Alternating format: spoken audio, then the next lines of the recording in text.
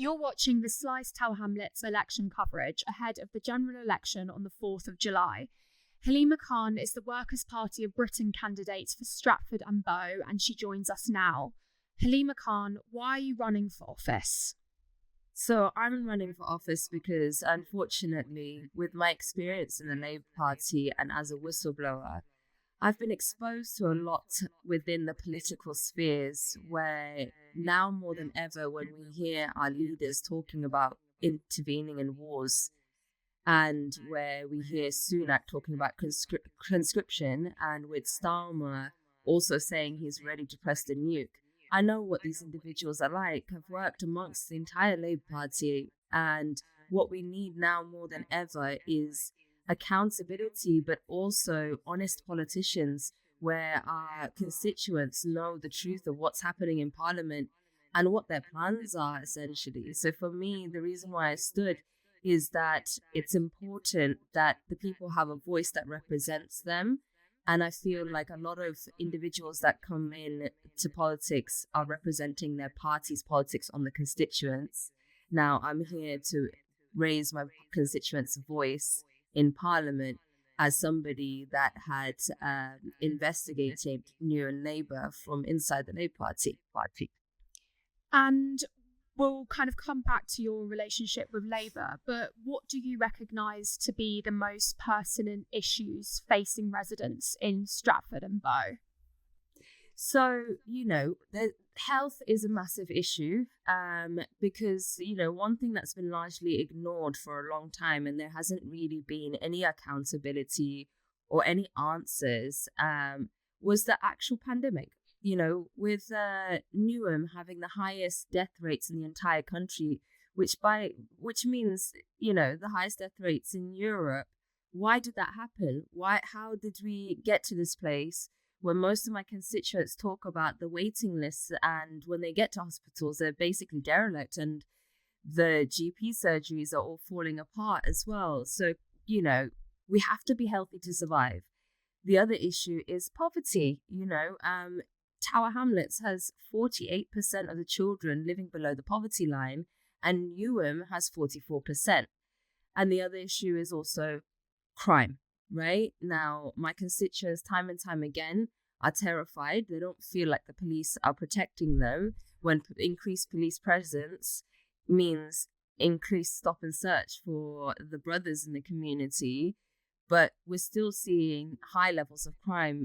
I almost got mugged walking down Newham for my tobacco the other day. So, I think these are the poignant issues, because before I can talk about world war and wars that we're heading towards, my people aren't surviving. They're barely surviving, and there's such a, disconnect from the metropolitan areas like Canary Wharf, which is just a stone throw away from our community, and Stratford and Bow constituents are almost like living in the shadows of not only Canary Wharf, but Olympic Park and all these big glossy sky rays that are being built, but nobody can afford to live in. Mm-hmm. So another issue is obviously housing. So I used to live in East London, and I got priced out, and I had to move back to my parents' home, which is something that a lot of young people are facing as well, where they can't afford to live out or move out of their parents' homes. But again, I could still go back to my parents' homes. There's a lot of people within East London, within Stratford and Bow, that are being priced out of the homes, the only homes they've known for 20, 30 years. And now they have to move away from their community because they can't afford to live there. So I don't see candidates really that I'm up against talking about that. They're all focusing on Palestine, but they're not talking about the constituents. For me, both issues are connected. So you say both issues are connected, but obviously in your campaign banner, you describe yourself as a whistleblower for Palestine. And much of your campaign, and indeed the party you belong to, has focused around Gaza. What do you make of the Mayor of Tower Hamlets' decision to remove the Palestinian flags in our borough? So again, I did my campaign slogan. One of the slogans, I've got many, but one of the slogans is a whistleblower for the nation, for the constituents, and then for Palestine, because, a whistleblower against the Labour Party, which is the incoming government. right? So it's important for the entire, country to know those issues that were exposed in the Labour files, because Starmer is the incoming government. And, as I said, my role inside the Labour Party was, essentially you can akin it to mass surveillance, because we were looking through people's social medias constantly without their knowledge. Now, what I make about Lutfur Rahman's decision to take the flags down, well, I think that Aspire are under a lot of pressure as well, because again, they are seen as a big threat. Tower Hamlets has been liberated from Labour rule, and unfortunately now they are currently facing investigations. So I think that with Tower Hamlets specifically, they've been under a lot of pressure for a long time. Not just now, but by the state has been watching Lutfur Rahman for a long time. His story is a very powerful story, but it is a very painful story to hear. How a Bangladeshi man can stand out from the community, but then be targeted for decades on end. Right. When you say Tower Hamlets has been liberated from Labour rule, obviously Labour has had a stronghold in Tower Hamlets. The two MPs, Roshana and Apsana, won democratically, and Lutfur Rahman, was under government investigation a few months ago, because of evidence that he was providing best value for residents in Tower Hamlets in terms of financially his decisions, and obviously there's the history of corruption with electoral fraud. So when you say liberated from Labour rule, what exactly do you mean there? Well, when we look at Rushanara Ali, and specifically again with Rushanara Ali, and then the other side, Newham, because most of my constituents and my wards are in Newham, right? And Newham Labour specifically was the one that I took most issue with, because they were mass surveilling members inside Newham, right? And they abetted the mass surveilling. Now, that's a serious safeguarding risk. And this is the main part of suffocation. Like, when I was working inside the Labour Party, especially on this Newham investigation, Pakistani members were seen as infiltrators because they wanted to participate in politics.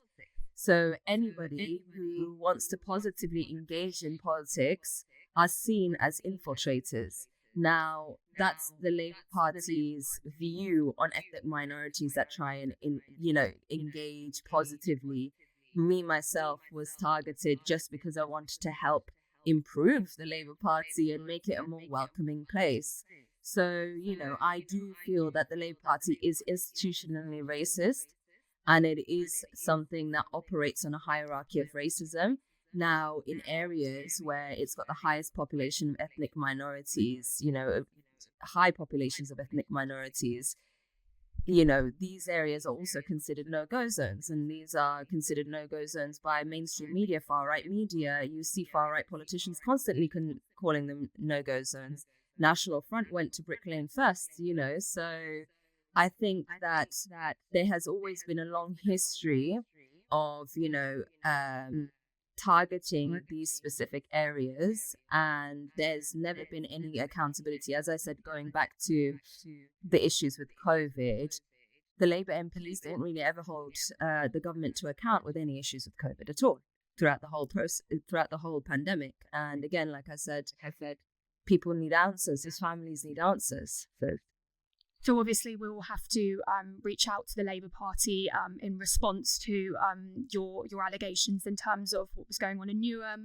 And in terms of the institutional racism, the fact that all three constituencies in Tower Hamlets, Stratford and Bow, Poplar and Limehouse, Bethnal Green and Stepney, they are running with female women of colour candidates, Labour.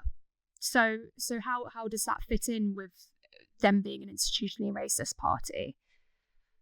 And I mean, look, just by planting brown faces into positions doesn't really mean representation.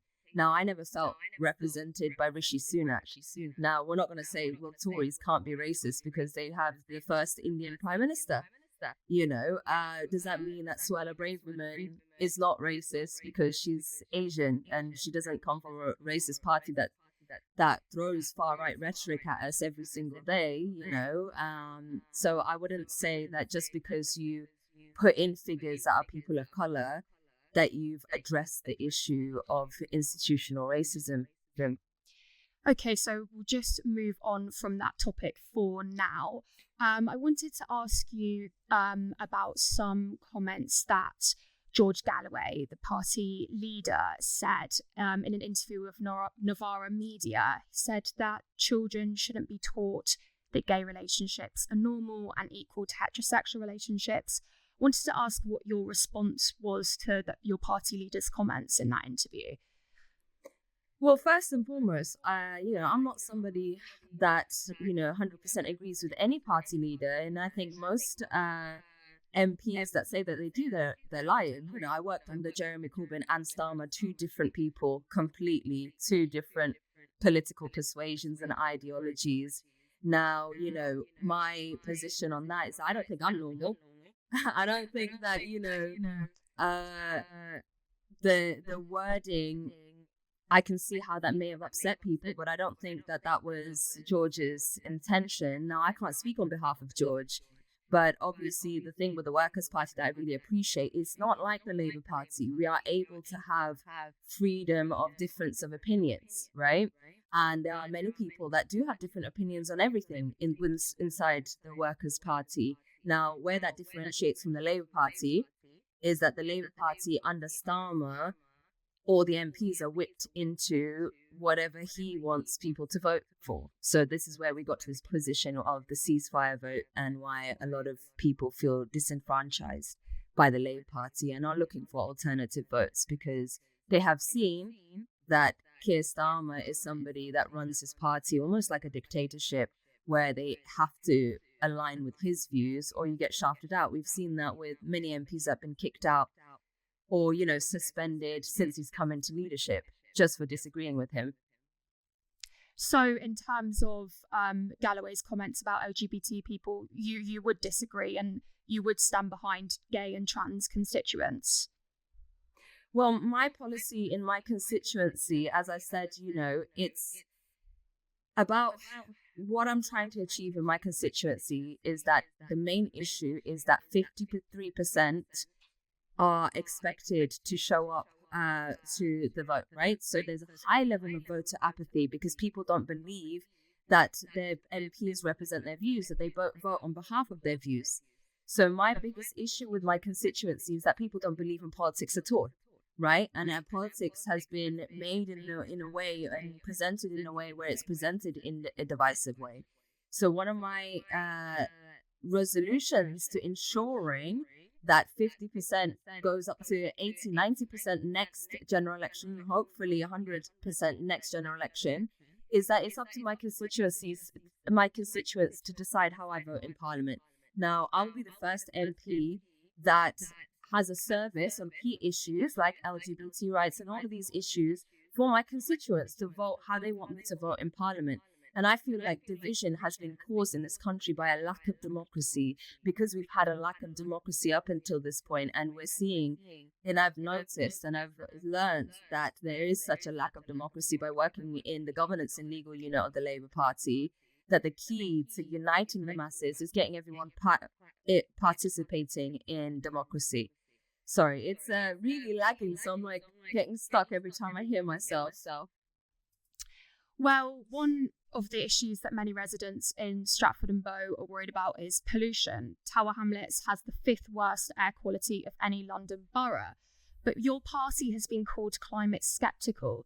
Is the environment a priority of the Workers' Party of Britain?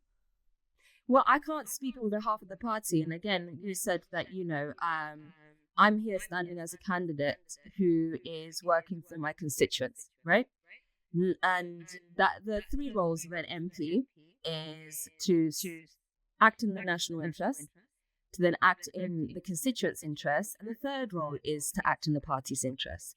Now, again, I would like to have processes where I talk directly to the constituents about their issues and then lobby for them. That's the most important thing, right? And then as I've held the Labour Party to account on behalf of people in London, as I was London regional lead, I will hold my party to account if it's if it's for the benefits of my constituents. Now I have a track record of doing that. It's not something that I'm going to change because I'm now part of a new party. Okay. Does that answer your question? Sorry. No, of course. I'm just curious because obviously, the Workers' Party of Britain has quite a strong line on Gaza, and that might be quite attractive to a lot of young voters, left-leaning voters. But when it comes to the environment, when it comes to rhetoric about the LGBTQ plus community, it seems that the party's views on those topics might alienate young voters, and I'm just want to give you an opportunity to tell kind of people in Tower Hamlets what you believe on these issues personally, so that they can make an informed decision of whether they feel comfortable voting for you. No, I understand that completely. And I think when I've seen young voters actually on the ground, especially from the ethnic minority community, they're worried about their future. I think the most important thing right now is, like I said, our future, right? Our future is at stake. Our future has been robbed from us. And as a young person, most people that you actually speak to on the ground, the ones that don't vote, the ones that don't engage, that don't believe, feel like they've been robbed of their future because there's no job opportunities. There's people that are struggling to make ends meet.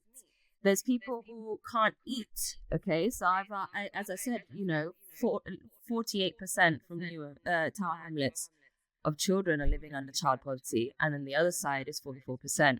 Now, if people can't eat, and if they're struggling to make ends meet, and if they're getting involved in gangs and crimes, right, they're not thinking about the climate. That's the honest truth about majority of the constituents. They're worried whether they're going to make it to the end of the month with their finances and whether they're going to find their next meal. That is the majority of the constituents' concerns. Now, where we talking about the most important issues is that we cannot begin to think about the climate if both of our leaders are pushing for World War III, right? And that's no secret when Sunak is talking about conscription. Now, if our younger generation are going to be conscripted if it's a conservative government, or if we're in a position where Starmer said, as he openly said, we're ready to drop nukes to defend Britain, where are we heading? What does that mean for the climate? These two politicians that are going to come in one or the other inevitably are pushing us further down the line to the point of no return in terms of climate and for a future for the younger generation. So, as I said, having worked with Starmer, he is one of the most dangerous individuals I've ever worked with. So, yeah. So, when it comes to supporting, Ukraine's effort in the war against Russia, would you see that as a mistake for Britain to divert attention there as opposed to just domestically? I don't think even my views on foreign issues actually, other than the side of the fact that there is a genocide going on, and I was inside the war. I was there in Palestine when the war broke out. So obviously, as a witness, I will speak on behalf of the Palestinian issue. Now, obviously, my opinion on Ukraine is that Russia shouldn't have invaded Ukraine. But how much are we benefiting the Ukrainians by putting ourselves directly involved in that war, where we're not supporting the Palestinians on the same footing? Putting our own soldiers into Ukraine is actually putting us at risk as well. It's putting us in direct conflict with Russia. Now, are we prepared to be in direct conflict with Russia as a British nation, like I said, when most of us are struggling to make ends meet because of this cost of living crisis? As I said, how prepared are we to fight for another nation's war when we're still fighting to survive? I don't see anybody that's living comfortably and is happy. And even of those people, of the people that are, they're still not comfortable. People are all still concerned. And I think in the last 5 years, there's been a very heavy energy that a lot of people have been feeling, and that we're going towards a dark place. Like I said, when I was in Palestine just before the war broke out, I saw how quickly things turn upside down to the point of no return. And I don't think we're realizing here just yet how quickly things can change. Now, I have my former colleagues in the place that I was teaching before I decided to stand in this election. And I have friends and colleagues who are from Ukraine, refugees from Ukraine that I hear. And they worry. They worry a lot for their children that are still there and their families that are there. We can't ignore their struggle either. We can't ignore what's happening over there. You know, when I speak to my colleague about how a future looks like, what do you think your future looks like? When do you think you want to go back? And they want to go back as soon as possible. They don't want this war to continue. They want to go back to their homes, and they deserve that right. So what Britain needs to do is more peacekeeping and less direct attack and less direct involvement. As I said, you know, most of the Ukrainian people that I've met, they just want to go home. They want to go back to their lives. And what are we doing to help advance what they want? Okay, so we're going to just have to move on just because we're running out of time. But you're running for a new constituency, Stratford and Bow, and we've talked about how Labour has historically had a stronghold in Tower Hamlets. Do you think this stronghold is under threat in this election? I think so. I think that a lot of people are fed up. I think a lot of people are starting to realize that, you know, this, like I said, for the last 4 years, for the last 4 years, under Starmer, the Labour Party never really held the government to account. So when we can talk about the issues are the fault of the Tory government, we also have to acknowledge that was there an opposition at any point? And there really wasn't. There wasn't much of an opposition. When you see their policies, they're not that different. And the Labour Party is not radically different from the Conservative Party. So people don't feel like they've got a viable option. And as I said, you know, with the statistic of around about 53% of voter turnout, expected voter turnout in my constituency, that's heartbreaking. That means just over half the population of people that can vote are going to vote because they believe in something, right? So majority of the nation up and down the country, you know, we are expecting a very low voter turnout because of the levels of distrust both the Labour Party and Tories have caused. You know, I think that began with Starmer dropping all of his pledges that he made when he said he was going to become leader, and then throughout his tenure having multiple U-turns. And then obviously one of the poignant issues is not being able to scrap the 2-child benefit cap. You know, these are very serious issues, especially in my constituency. So, sorry, if the lagging is really like, you know, when your thoughts get fried off because you hear yourself a little bit delayed. Yes, of course. I'm sorry about that. Yeah, so no, it's okay. So I think, you know, with the issues with crime as well, and the issues that my constituents face. Yesterday at my launch, there was a young girl that came up to me. She was like, Halima, what are you going to do about crime? Like, this is a serious issue, you know. And when we talk about Met Policing, that is linked to Sadiq Khan, Labour mayor's management of the policing as well. So I think these are issues that have caused a lot of people to feel disheartened by the Labour Party as a whole as well, nationally as well as locally with their own mayors. You know, when I speak to people in Newham, they're not happy with Roxana Fires. They absolutely feel like they've been betrayed. So the mood has shifted for various different reasons, be it the council or Newham Council, or be it their MPs that were absent. Stratford and Bow, it was supposed to be Lynn Brown. A lot of people were saying we've never even seen Lynn Brown anywhere now. You know, that it's important that MPs are present in their constituencies. And unfortunately, we see this more with the London constituent MPs. They don't really have a presence in their constituents, in their constituencies. And I think that's something that's causing a lot of hardship and distrust with their politicians in my area.